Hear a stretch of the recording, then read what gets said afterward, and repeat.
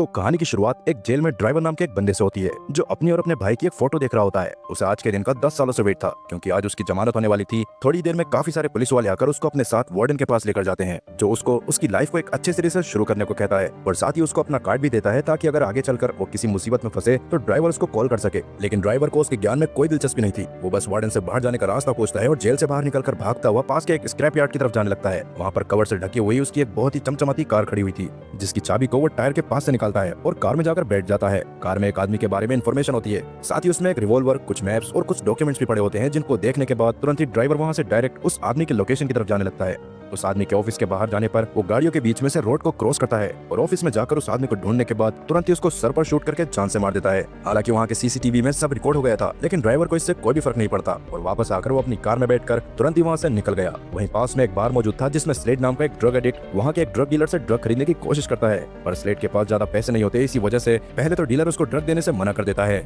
मगर बाद में स्लेड जैसे तैसे उसे ड्रग खरीदने में कामयाब हो गया। दूसरी तरफ थोड़ी देर में ऑफिस में हुए मर्डर की वजह से वहाँ पर काफी सारे पुलिस वाले आ गए थे जिनमें सिसेरो नाम की एक ऑफिसर शामिल होती है और थोड़ी देर में खुद स्लेड भी वहाँ पर आ गया क्योंकि वो खुद भी एक इन्वेस्टिगेशन ऑफिसर था मगर उसकी आदतों के बारे में सबको पता होता है और इसका रिकॉर्ड भी ज्यादा अच्छा नहीं था, इसलिए उसको डिपार्टमेंट में ना तो कोई पसंद करता था और जल्दी ही उसको डिपार्टमेंट से निकाले भी जाने वाला था। खैर सिसेरो उसको वहाँ देखकर उसको वहाँ से जाने को कहती है मगर स्लेड इस पर साफ मना कर देता है क्योंकि वो इस केस को सॉल्व करने के लिए वहाँ पर आया था। वहीं ड्राइवर अभी के लिए एक ऑफिस में आ गया था जहाँ पर वो एक रॉय नाम के बंदे से मिलता है और रॉय असल में वही बंदा था जिसको ड्राइवर ने उसके भाई के मर्डर्स के बारे में पता करने को कहा था और उसने ही ड्राइवर के लिए उस स्क्रैप यार्ड में उस कार के साथ साथ बाकी सारा सामान भी छोड़ा था। ड्राइवर भी तब उससे बाकी लोगों की इन्फॉर्मेशन मांगता है मगर अभी रॉय के भाव पूरी तरह से बढ़ गए थे और पहले हुई डील के मुकाबले डबल पैसे मांग रहा था। मगर तब गुस्से में ड्राइवर उसको पहले के अमाउंट का भी आधा अमाउंट बोलता है जिससे चिढ़कर रॉय वहाँ पर अपने बॉडीगार्ड को बुला लेता है जो एमएमए चैंपियन था। वो ड्राइवर को मारने वाला था कि तभी उसकी नजर ड्राइवर के हाथ पर बने टैटू पर पड़ती है जिसको देखकर वो उसको घोष के नाम से बुलाता हुआ वहाँ से भाग जाता है और अपने बॉडीगार्ड को यूं भागता देखकर रॉय की तो पैंट गीली हो गई थी, इसलिए उसने अब फ्री में ही ड्राइवर को बाकी सब लोगों का नाम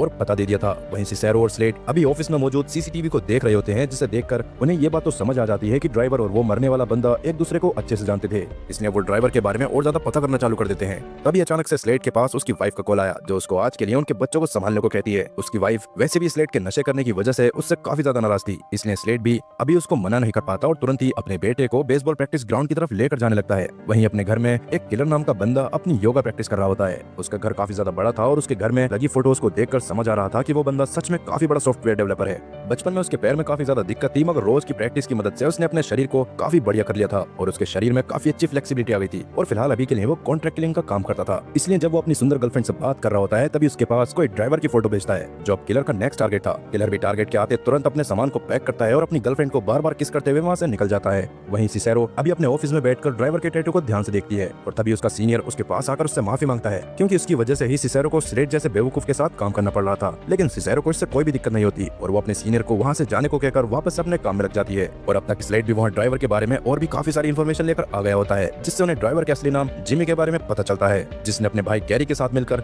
10 साल पहले एक बहुत ही खतरनाक बैंक रॉबरी करी थी जिसमें एज अ गेटवे ड्राइवर उसने काफी मस्त तरह से गाड़ी चलाई थी और अपने साथियों को जैसे तैसे पुलिस वालों से बचाकर निकाल लिया था और उसकी इंप्रेसिव ड्राइविंग स्किल्स की वजह से ही सब उसको ड्राइवर कहा करते थे। लेकिन उनके घर में जाने के बाद ड्राइवर और गैरी को कुछ आम लोगों ने गन पॉइंट पर ले लिया था और उनसे वो पैसों के बारे में पूछ रहे थे। तब गैरी की जान बचाने के लिए ड्राइवर उन्हें सारे पैसों के बारे में बता देता है मगर पैसे मिलने के बाद भी वो लोग ड्राइवर के सामने ही गैरी का गला काटकर उसको जान से मार देते हैं और साथ ही उन्होंने ड्राइवर के सर पर भी शूट किया था। गैरी की मौत की वजह से ड्राइवर पूरी तरह से टूट चुका होता है मगर जैसे तैसे उसकी जान बचा ली जाती है। लेकिन उसके सर पर एक मेटल की प्लेट डालनी पड़ी थी जिसके बाद कोर्ट में सारी रॉबरी का इल्जाम उसके सर पर ही आ गया था और उसको 10 साल की जेल हो गई थी। यही रीजन था कि अब गुस्से में बाहर आने के बाद ड्राइवर उन सभी लोगों को ढूंढ ढूंढ कर जान से मार रहा है जिन्होंने उसके भाई को जान से मारकर उसको फंसाया था। और अभी उसका टारगेट एक थोड़ा सा बूढ़ा आदमी था जिसके अपार्टमेंट के बाहर अभी वो मौजूद होता है। पर तब तक वहाँ पर किलर भी आ गया था जो कॉल पर अपनी थेरेपिस्ट से बात करते हुए ड्राइवर पर नजर रखता है और ड्राइवर के अंदर जाते ही वो भी अपनी गन्स को तैयार करके अपार्टमेंट के अंदर जाने लगता है। वहीं वो बूढ़ा आदमी एक लड़की से मदद लेने के बहाने अभी उसको अपने घर में लेकर आया होता है जहाँ वो उसको ड्रग्स देने के बाद उसके बेहोश होने का वेट कर रहा था ताकि बाद में वो उसके साथ गलत हरकत कर सके। वो उसकी वीडियो बना ही रहा होता है कि तभी अचानक से गेट को लात मारकर तोड़ते हुए ड्राइवर अंदर आ गया और उस बूढ़े आदमी पर गन तान देता है। ड्राइवर को जिंदा देखकर तो उस आदमी की पूरी तरह से सिट्टी पिट्टी की गुल हो गई थी और वो बताने की कोशिश करता है कि उस दिन गैरी को मारने के लिए किसी ने उन लोगों को काफी सारे पैसे दिए थे, लेकिन ड्राइवर उसकी कोई बात नहीं सुनता और तुरंत ही उसके सर पर शूट करके वहाँ से निकल जाता है। बाहर तब किलर भी मौजूद था जो ड्राइवर पर गोली चलाने ही वाला होता है। तभी सामने एक छोटी लड़की आ जाती है जिससे ड्राइवर को भी किलर के बारे में पता चल गया और अभी वो किलर पर शूट करके उसको डराते हुए तुरंत ही अपनी कार में बैठकर वहाँ से निकल जाता है। किलर के हाथ से ड्राइवर अभी के लिए निकल चुका था और अब थोड़ी देर बाद बूढ़े आदमी के घर में काफी सारे पुलिस वाले और साथ ही सिसैरो और स्लेड भी आ जाते हैं और वहाँ की इन्वेस्टिगेशन करके उन्हें पता चलता है कि इस आदमी को भी ड्राइवर ने ही जान से मारा है और वो बूढ़ा आदमी असल में डार्क वेब पर मोलेस्टेशन की पोर्न बेचा करता था। साथ ही वही बंदा था जिसने उस दिन वीडियो रिकॉर्ड किया था जब ड्राइवर के सामने उसके भाई को मारा गया था और बाद में ड्राइवर के स्कल पर भी गोली मार दी गई थी। वहीं ड्राइवर के उसके हाथ से निकल जाने की वजह से किलर काफी ज्यादा बेचैन हो रहा था और अपनी गर्लफ्रेंड को उसके बारे में हर चीज बता रहा था कि कैसे ड्राइवर की आंख में बदले की एक भयानक आग थी जो उसको किलर के लिए अब तक का सबसे मुश्किल टारगेट बनाती है। पर उसके बाद भी किलर उसको पूरी तरह से एक चैलेंज की तरह लेता है, लेकिन ड्राइवर को खत्म करने से पहले वो अपनी गर्लफ्रेंड को शादी के लिए प्रपोज भी कर देता है जिससे उसकी गर्लफ्रेंड काफी ज्यादा खुश होती है। वहीं सुबह सुबह जब सिसैरो ऑफिस में जाती है तो वो स्लेड के हाथ में एक टैटू नोटिस करती है और तब उसको पता चलता है कि असल में पहले स्लेड लॉस एंजलिस के होमिसाइड डिपार्टमेंट में काम किया करता था जहाँ के सारे ऑफिसर्स अपने करप्शन और बुरे बर्ताव के लिए जाने जाते हैं। उस समय पर स्लेड को ड्रग्स की बुरी आदत लग गई थी और बाद में उसकी ही एक खबरी मरीना से उसको प्यार हो गया था और दोनों ने शादी कर ली थी। सिसैरो के सामने तब स्लेड झूठ भी बोलता है कि उसने अपने बेटे के होने के बाद ड्रग्स को पूरी तरह से छोड़ दिया था और सिसैरो को भी उसकी बात पर भरोसा हो गया था और क्योंकि उसको स्लेड के पास के लिए काफी बुरा भी लग रहा होता है इसलिए वो उसको समझाती भी है कि जो भी था सब पास्ट में था, इसलिए इस केस पर सही से ध्यान देकर स्लेड को अपने आगे की लाइफ को सुधारना चाहिए। वहीं ड्राइवर अभी अपनी कार भगाते हुए घर के बाहर पहुंच जाता है जहां वो इस बार एक औरत के पास आया था जो अभी अपने बच्चे और अपने पति को घर के बाहर गुड बाय बोलती है और उनके वहां से जाने के बाद तुरंत ही ड्राइवर अपनी गन को रिलोड करता है और उस औरत के घर में चला जाता है। वैसे तो ऐसा लग रहा था कि ड्राइवर उसको जान से मारने के लिए आया है मगर असल में वो उस औरत से मिलने के लिए आया होता है। वो औरत पहले के टाइम पर ड्राइवर की गर्लफ्रेंड थी और जब ड्राइवर को जेल हुई थी तब वो प्रेग्नेंट थी। ड्राइवर को लग रहा था कि बाहर अभी उसने जिस बच्चे को देखा वो उसका ही बेटा है, लेकिन ड्राइवर की गर्लफ्रेंड के हिसाब से वो ड्राइवर का बेटा नहीं था क्योंकि ड्राइवर को जेल होने के बाद उसकी गर्लफ्रेंड पूरी तरह से टूट गई थी और गुस्से में उसने अबॉर्शन करवाकर कुछ टाइम बाद मूव ऑन कर लिया था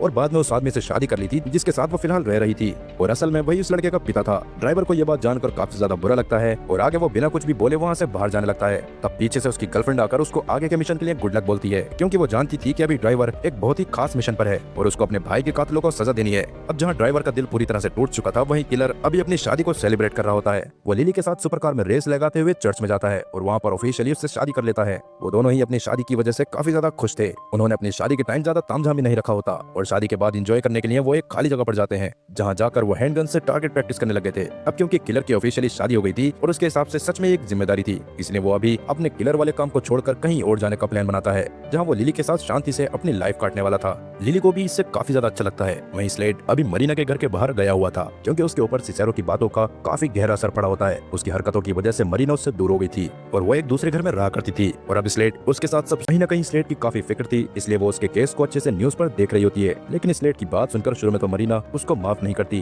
क्योंकि उसकी ड्रग्स की आदत की वजह से काफी कुछ बर्बाद हो गया था। पर जैसे तैसे स्लेड उसको समझा देता है कि आज के बाद कभी भी वो ड्रग्स को हाथ भी नहीं लगाएगा। वहीं रात के समय सुनसान रास्ते से होते हुए फाइनली ड्राइवर अब अपने अगले टारगेट के पास पहुंच जाता है जो असल में एक स्ट्रिप क्लब का बाउंसर था और ये वही बंदा था जिसने ड्राइवर के भाई गैरी के गले को काटा था। उसको देखकर ड्राइवर अंदर चला जाता है जहाँ वो बाउंसर के बाथरूम में जाने का वेट करता है और उसके बाथरूम में जाते ही वो एक शार्प ऑब्जेक्ट लेकर बाउंसर के पास चला गया। बाउंसर भी तुरंत ही उसको देखकर पहचान गया था और उसको देखते ही उसके पसीने छूटने लगे। वो भी तब अपना डैगर निकाल लेता है। उतने में बाथरूम में एक बूढ़ा आदमी आ गया जिसको देखकर ड्राइवर उसको बाहर जाने को कहता है और साथ ही धमकी भी देता है कि उसे बाहर जाकर ऐसे प्रिटेंड करना है जैसे उसने कुछ नहीं देखा हो। वो बूढ़ा आदमी तुरंत ही 780 की रफ्तार से बाथरूम के बाहर चला गया था और ड्राइवर ने गेट को बंद करके बाउंसर से लड़ाई करना चालू कर दी। उन दोनों में काफी देर तक लड़ाई चलती है पर फाइनली ड्राइवर उसको बहुत बुरी तरह से लगातार स्टेप करता रहता है और उसको तब तक मारता है जब तक वो मरने वाला नहीं होता। मगर अपने आखिरी समय में भी बाउंसर ड्राइवर से माफी नहीं मांगता और वो बस उससे इतना ही कहता है कि उसके मरने के बाद ड्राइवर उसके बेटे के पास जाकर बाउंसर की तरफ से उसको सॉरी बोल दे। ये सुनकर ड्राइवर तुरंत उसको वैसे ही छोड़कर वहाँ से चला जाता है और किसी को कॉल करता है। वहीं किलर अभी अपने घर में बैठकर अपनी कुछ पुरानी फोटोज को देख रहा होता है। तभी अचानक से उसके सामने उसके बचपन की फोटोज आती हैं जब उसके पैर पूरी तरह से सही नहीं थे और बाद में सर्जरी के बाद उसके पैरों पर काफी बड़े बड़े स्कार्स आ गए थे। उनकी वजह से कहीं ना कहीं किलर खुद को लेकर काफी इनसिक्योर फील करता था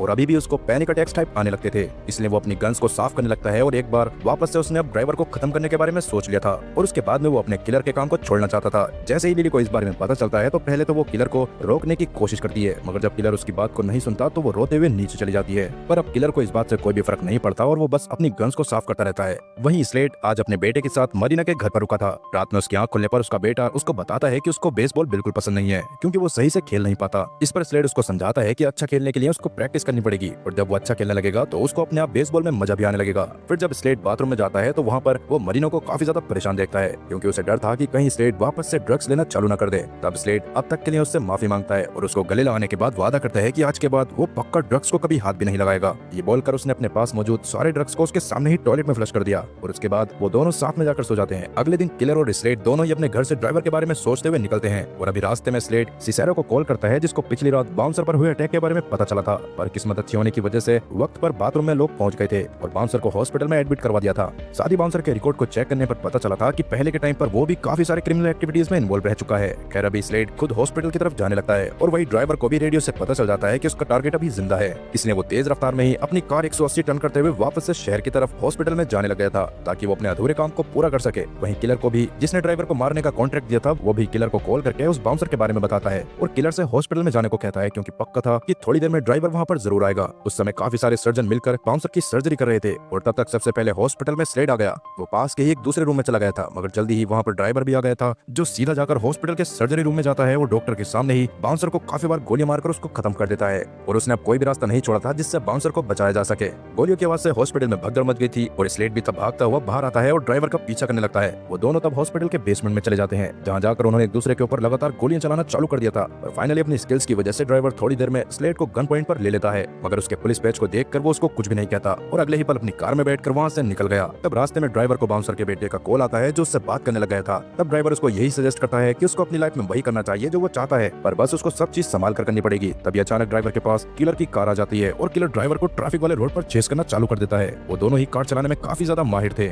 इसलिए कार चलाते हुए वो दोनों एक दूसरे को शूट भी करते हैं और तब एक गोली ड्राइवर की गर्दन को टच करके निकल गई जिससे ड्राइवर की गर्दन थोड़ी सी चोटिल हो गई थी मगर अभी वो किलर की कार के टायर पर शूट करके उसको खराब करता है और तुरंत ही वहाँ से निकल गया। किलर इससे काफी ज्यादा फ्रस्ट्रेट हो गया था और तभी उसको उसके कॉन्ट्रैक्टर का कॉल आता है जो ड्राइवर को मारने से मना करता है जो सुनकर किलर पूरी तरह से बौखला गया था मगर वो किसी भी हाल में अब ड्राइवर से फाइट करना चाहता था इसलिए वो अपनी तरफ से कॉन्ट्रैक्ट को कैंसिल नहीं करता और अपने हंट को चालू रखता है। वहीं ड्राइवर की हालत अभी थोड़ी सी खराब थी इसलिए वो तुरंत ही गैरी के घर में जाता है जहाँ पर उनकी माँ अभी भी मौजूद होती है। वहाँ जाकर ड्राइवर कुछ पुरानी फोटोज को देखता है और बाद में उसकी माँ उसके पास आकर उसके घाव को देखती है और उसके टाँके लगाने लगती है। तब जाकर ड्राइवर ये बात भी रिवील करता है कि असल में उन लोगों ने चोरी अमीर होने के लिए नहीं बल्कि गैरी के कर्जे को चुकाने के लिए की थी और ड्राइवर ने उसकी मदद करने का बस इस वजह से डिसाइड किया था क्योंकि सच में उसको गैरी की काफी ज्यादा चिंता थी पर उसको सच में नहीं पता था कि कोई दूसरे गैंग मेंबर्स को उनके बारे में बता देगा और वो गैरी को आकर जान से मार देंगे। तब ड्राइवर की माँ उसको शांत करवाती है और गैरी की एशेस देती है जिनको उसके आखिरी टारगेट को मारने के बाद ही ड्राइवर बहाने वाला था इसलिए वो तुरंत ही उसकी एशेस को लेकर अपने आखिरी टारगेट की तरफ निकल जाता है। लेकिन रास्ते में उसको समझ नहीं आ रहा था कि उन ग्रुप वालों को उनकी इन्फॉर्मेशन किसने दी थी और वो इंसान कौन था जिसने उन लोगों को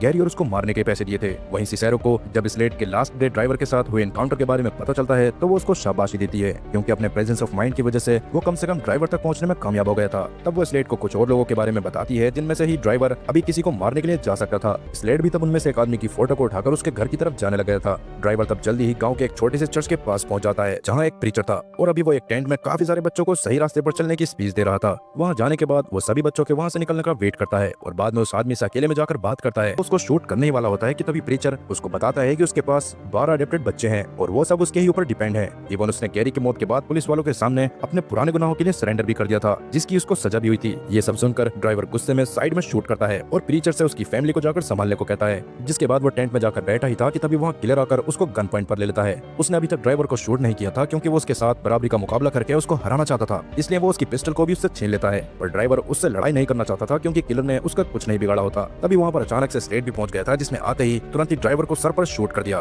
तब जाकर ये रिवील होता है कि असल में उस समय पर सभी लोगों को इकट्ठा करके ड्राइवर के घर में गैरी और ड्राइवर को मारने वाला कोई और नहीं बल्कि खुद स्लेड ही था। इवन किलर को भी उसने ही ड्राइवर को मारने का टारगेट दिया होता है पर क्योंकि वो इस बात को भी समझ गया था कि ड्राइवर किसी निर्दोष इंसान को कभी नहीं मारेगा इसलिए उसने किलर से कॉन्ट्रैक्ट कैंसिल करवाने की कोशिश करी थी ताकि वो खुद ड्राइवर को मारकर सभी की नजरों में हीरो बन सके। मगर किलर ने कॉन्ट्रैक्ट कैंसिल नहीं करा। किलर का काम वहाँ खत्म हो गया था इसलिए वो वहाँ से जाने लगता है पर स्लेड उसको रोककर उससे उसकी फीस पूछता है। वैसे तो किलर की फीस सिर्फ $1 थी क्योंकि वो ये काम शौक में किया करता था मगर किलर अभी वो $1 लेने से भी मना कर देता है क्योंकि उसने ड्राइवर को नहीं मारा था और आगे से उसका इरादा ऐसे काम करने का बिल्कुल नहीं था। किलर और स्लेड बातें कर ही रहे होते हैं कि तभी पीछे से आकर ड्राइवर खुद स्लेड को शूट करके जान से मार देता है क्योंकि स्लेड ने ड्राइवर के सर के पीछे शूट किया था जहाँ पर उसके स्कल में स्टील प्लेट डाली गई थी जिसकी वजह से अभी वो बच गया होता है और फाइनली उसने गैरी की मौत का बदला ले लिया था। वहीं सिसेरो को भी स्लेड के बारे में और ज्यादा पता करने करने पर पता चलता है कि जिन जिन लोगों ने भी ड्राइवर के भाई गैरी को जान से मारा था वो सब पहले स्लेड की ही जेल में थे और जल्दी पैसे कमाने के लालच में स्लेड ने उनके साथ मिलकर वो हरकत करी थी, जिसके बारे में उसे किसी और से नहीं बल्कि मरीना से पता चला, जो उस टाइम पर खुद गैरी की गर्लफ्रेंड थी। ये बात जानते ही तुरंत ही वो स्लेड की लोकेशन की तरफ जाने लगती है, मगर वहाँ पर जाकर उसको बस स्लेड की लाश मिलती है, जिसको देखकर वो हक्की बक्की रह गई और कहीं न कहीं उसे समझ आ गया था कि ड्राइवर ने स्लेड के साथ सही किया, पर उसके बावजूद वो स्लेड की सच्चाई को लोगों के सामने लेकर नहीं आती। और वहीं ड्राइवर अभी गैरी के एशेस को समुद्र के पानी में डाल देता है और किलर भी लिली के पास वापस चला गया था और वो प्रीचर ज्यादा से ज्यादा लोगों को सही राह पर चलने की सीख दे रहा था। और इसी के साथ ये कहानी यहीं पर खत्म होती है। तो दोस्तों, ये कहानी आपको कैसी लगी हमें कमेंट करके जरूर बताएं। साथ ही वीडियो को लाइक करें और चैनल को सब्सक्राइब करना ना भूलें। मिलते हैं अगली वीडियो में, तब तक के लिए गुड बाय।